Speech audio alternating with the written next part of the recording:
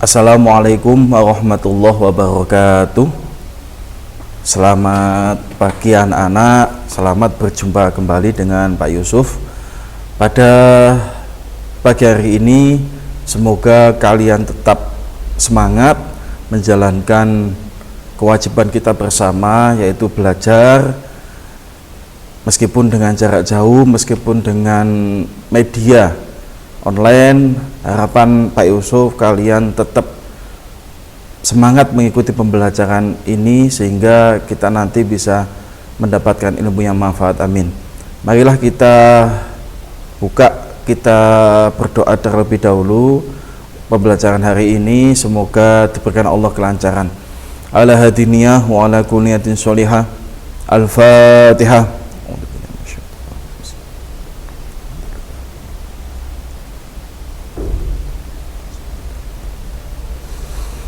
Terima kasih. Untuk pertemuan kali ini Pak Yusuf akan melanjutkan pembahasan yang sudah kita bahas minggu kemarin, yaitu tentang agama Hindu dan Buddha. Kalau minggu kemarin Pak Yusuf sudah menjelaskan awal mula munculnya agama Hindu dan agama Buddha yang ada di India. Jadi agama Buddha itu agama yang, agama Hindu itu agama yang muncul karena perpaduan dua kebudayaan antara bangsa Arya dan bangsa Dravida. Dan di dalam agama Hindu kita mengenal beberapa kitab, kita mengenal Trimurti atau tiga dewa, yaitu ada Dewa Brahma, Dewa Wisnu, dan Dewa Siwa. Dan dalam agama Hindu kita juga mengenal sistem kasta. Makanya kasta inilah yang nanti akan menjadi salah satu awal munculnya agama Buddha. Jadi kemarin juga sudah pernah disampaikan Pak Yusuf, jadi agama Buddha itu salah satu alasannya muncul karena reaksi dari adanya sistem kasta yang ada di agama Hindu. Itu semuanya sudah dijelaskan Pak Yusuf pada pertemuan sebelumnya. Oke, pada hari ini Pak Yusuf akan khusus membahas tentang hipotesa atau asal-usul bagaimana agama Hindu bisa masuk ke Indonesia. Sekarang Pak Yusuf tanya dulu ya, silakan dibuka di bukunya, silakan dibuka di literaturnya. Kira-kira agama apa dulu yang masuk ke Indonesia? Apakah agama Hindu atau agama Buddha? Nah, silakan dicek di buku sama ini, ada di literatur sama ada. Kalau secara munculnya di India memang benar, agama Hindu itu lebih dulu muncul dari agama Buddha. Ya. Jadi pertama kali muncul di India itu agama Hindu terlebih dahulu, baru nanti setelah itu agama Buddha. Tapi kalau masuk ke Indonesia, dari beberapa pendapat, salah satunya menyebutkan bahwa agama yang lebih dulu masuk ke Indonesia itu adalah agama Buddha. Salah satunya nanti ditemukannya arca Buddha, baik arca Buddha yang ada di Sulawesi Selatan atau Sempaga, dan arca Buddha yang ada di Jember, yang mana arca Buddha itu ditemukan dan menurut ciri khasnya arca Buddha itu berangkat tahun 2 Masehi. Padahal kalau kita melihat beberapa sumber, agama Hindu masuk ke Indonesia itu pada abad keempat. Salah satunya sumbernya menyebutkan yaitu ditemukannya prasasti Yupa sebagai salah satu bukti adanya kerajaan Hindu pertama di Indonesia, yaitu kerajaan Kutai, yaitu prasasti Yupa yang berangkat tahun abad keempat Masehi. Nah, jadi ya itu kan pendapat. Jadi kita mengetahui bahwa agama yang masuk ke Indonesia pertama kali itu adalah agama Buddha, yaitu berdasarkan pada ditemukannya beberapa arca Buddha baik di Sempaga Sulawesi Selatan atau di Jember yang berangkat tahun 2 Masehi. Setelah itu nanti disusul agama Hindu yang salah satu buktinya adalah ditemukannya prasasti Yupa yang berangkat tahun 4 Masehi. Oke, pokoknya silakan nanti dicek kembali di buku sampean, di literatur sampean di rumah, dicocokkan. Nanti kalau misalkan ada yang ditanyakan, silakan Japri atau tanya ke Pak Yusuf. Selanjutnya kita sekarang membahas tentang hipotesa atau beberapa dugaan atau beberapa pendapat terkait dengan siapa yang membawa agama Hindu ke Indonesia, siapa yang membawa kebudayaan Hindu ke Indonesia. Kalau mungkin saya bertanya, lupa kok yang dibahas Hindu, kok tidak Buddha? emang pada perkembangannya nanti gini Mas Mbak, agama yang masuk pertama kali ke Indonesia itu agama Buddha. Cuman setelah agama Hindu datang, agama Buddha itu terdesak, bahkan perkembangannya tidak terlalu cepat dan tidak khas di Indonesia. Pak Yusuf sudah pernah menyampaikan kalau secara kebudayaan, secara arsitektur, secara seni itu nanti agama Buddha itu lebih biasa, lebih bagusan agama Hindu. Makanya di sini kita membahasnya emang hipotesa tentang asal usul masuknya agama Hindu ke Indonesia. Ada banyak pendapat, ya. Ini ditampilkan Pak Yusuf. Ini hanya tampilan konsep saja. Silakan nanti dicek di buku literaturnya. Ada banyak pendapat yang menyatakan agama Buddha agama Hindu masuk ke Indonesia. Ya, ini sudah beberapa konsep. Yang pertama, hipotesa sudra. Jadi hipotesa ini emang bisa dikatakan tidak ada atau sangat-sangat lemah, ya. Menurut Van Weber, agama Hindu masuk ke Indonesia itu dibawa oleh golongan sudra. Golongan sudra itu siapa? Silakan nanti dilihat di kasta, di pembagian kasta kan ada kasta, ada yang pertama Brahmana, kasta tertinggi, yang kedua ada kasta kesatria, yang ketiga ada kasta Waisya atau golongan pedagang, dan sudra. Golongan sudra baik dari orang biasa, orang petani, atau ya maaf orang delosor yang tidak punya pekerjaan dan seterusnya, itu termasuk kasta-kasta bawah, buruh dan seterusnya. Tapi Van Weber mengatakan bahwa kasta ini yang membawa agama Hindu ke Indonesia. Cuman teori ini atau hipotesa ini sangat lemah. Makanya Pak Yusuf tidak membahasnya terlalu panjang. Terus yang kedua, hipotesa Waisya. Hipotesa ini menyatakan bahwa agama Hindu masuk di Indonesia itu dibawa oleh para pedagang. Jadi menurut N.Y. Krom, pedagang itu yang membawa agama Hindu ke Indonesia, sebagaimana pedagang itu membawa agama Islam juga ke Indonesia. Hipotesa ini bisa dikatakan hipotesa yang sedikit kuat atau cukup kuat.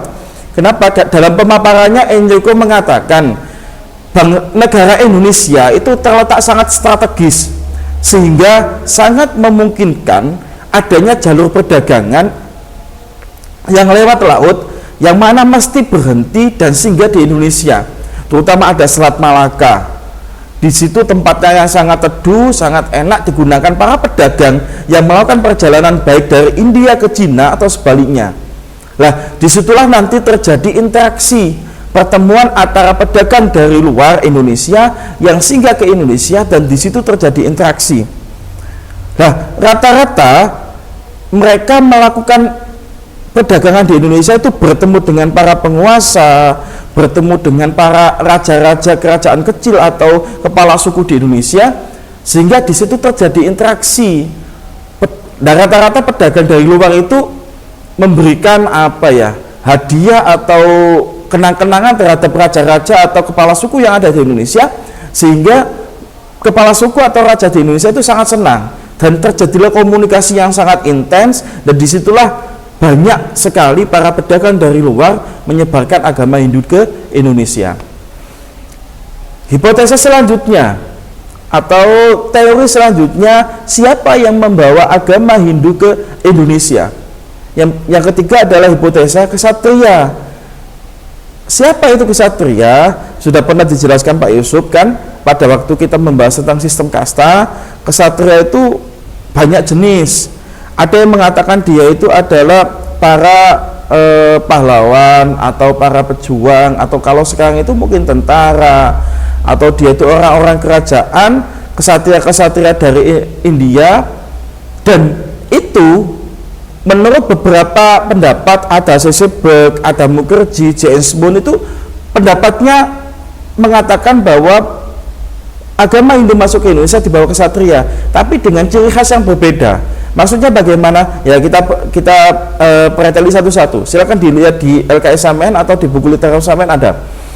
C.C. Beck mengatakan bahwa golongan yang turut dan ikut andil menyebarkan agama Hindu ke Indonesia itu adalah para petualang atau sebagian besar para kesatria yang mereka itu datang ke Indonesia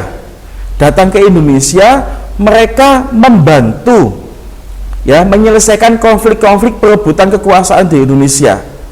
Nah, bantuan yang diberikan oleh para kesatria dari India itu sehingga membuat para orang Indonesia yang terjadi konflik itu mendapatkan kemenangan, sehingga banyak kepala suku atau kerajaan-kerajaan kecil yang merasa terbantu oleh kesatria dari India itu, akhirnya mereka berguru atau mereka itu tertarik dengan agama India Hindu yang dari India yang dikenakan oleh para kesatria itu. Jadi menurut Sisebut, kesatria-kesatria yang dari India itu membantu kerajaan kecil atau kelompok-kelompok kecil yang terjadi konflik perebutan kekuasaan di Indonesia. Nah, setelah mereka merdeka, setelah mereka menang, akhirnya mereka tertarik dengan agama Hindu, dan disitulah para kesatria mengenalkan agama Hindu. Itu menurut teorinya Sisebut. Kalau teorinya Mukherjee sama kesatria, cuman konsepnya beda lagi. Kalau Mukherjee mengatakan bahwa para kesatria itu membangun koloni-koloni atau membangun wilayah atau negara-negara kecil atau membangun wilayah kekuasaan yang ada di Indonesia.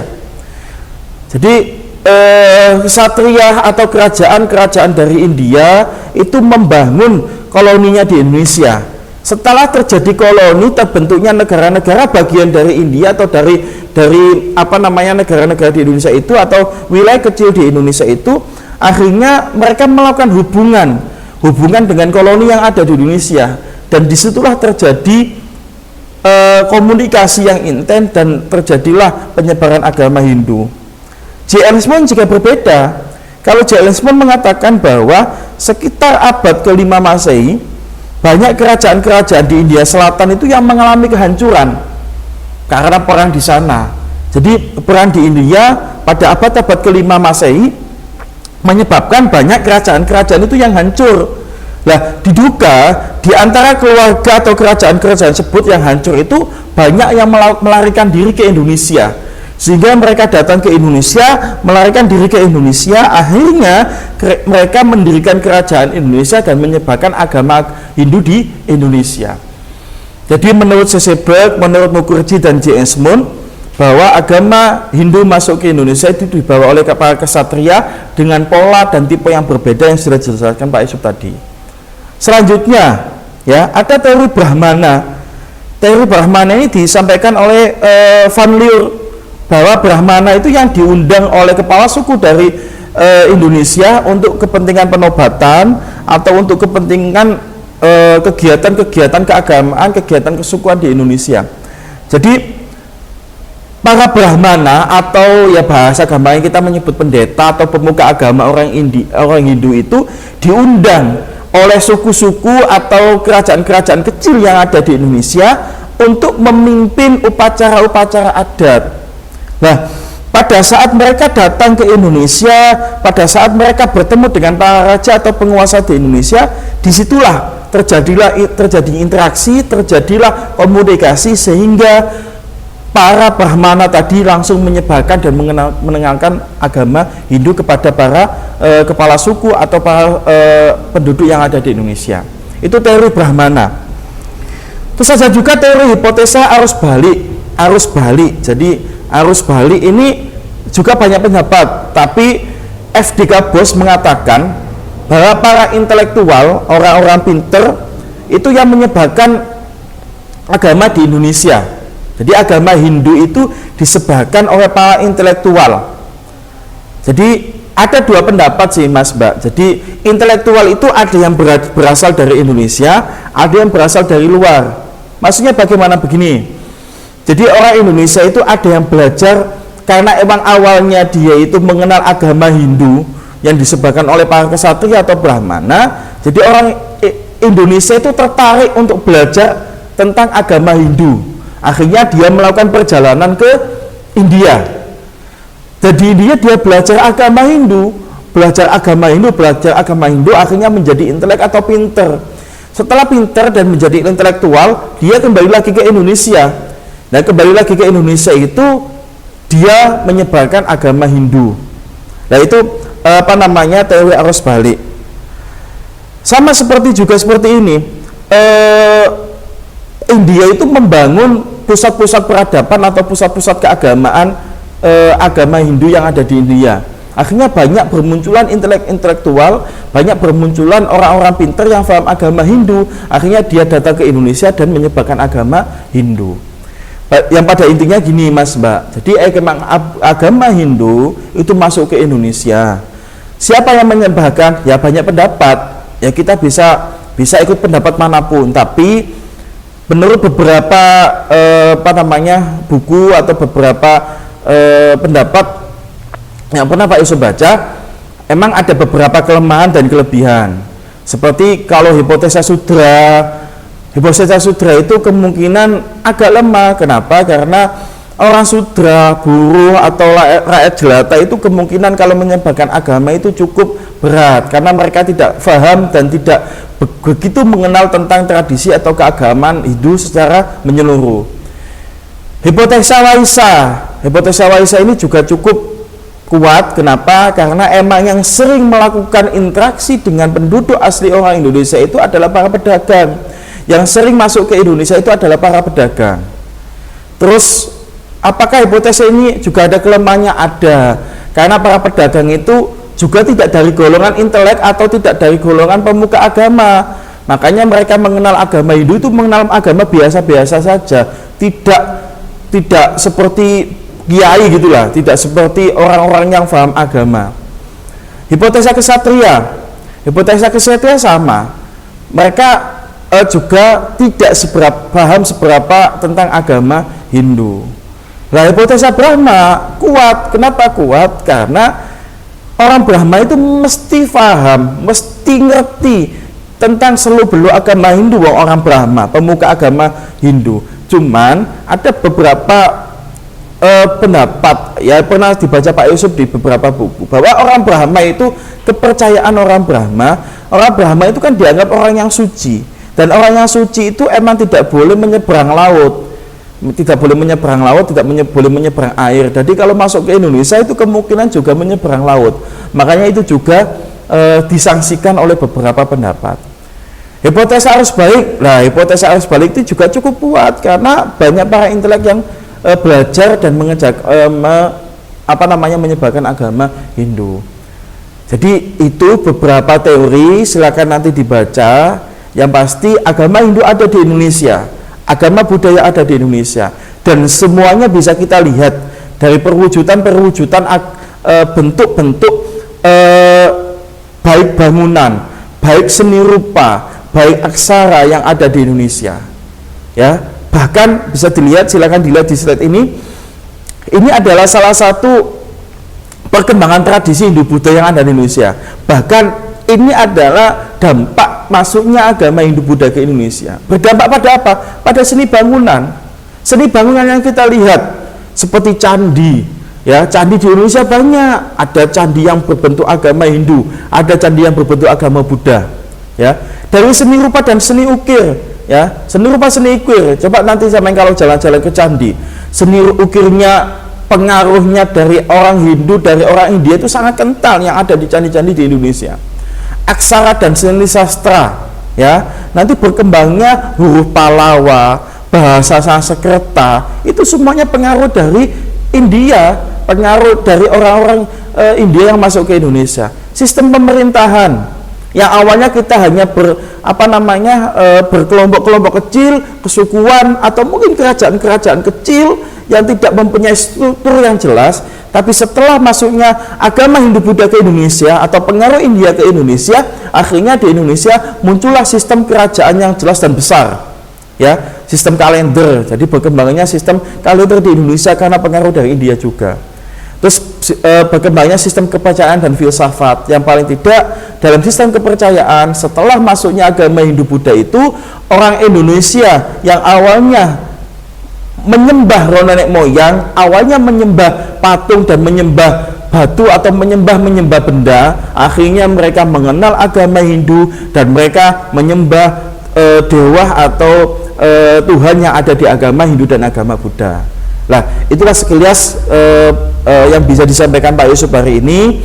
Silakan nanti dipelajari kembali, dicek di bukunya, dicek di literaturnya. Nanti kalau ada pertanyaan silakan ditanyakan ke Pak Yusuf ya. Terima kasih, kurang lebihnya mohon maaf. Selamat belajar, tetap semangat, semoga kita selalu mendapatkan kesehatan, selalu diiringi keselamatan oleh Allah Subhanahu wa taala. Amin ya rabbal alamin.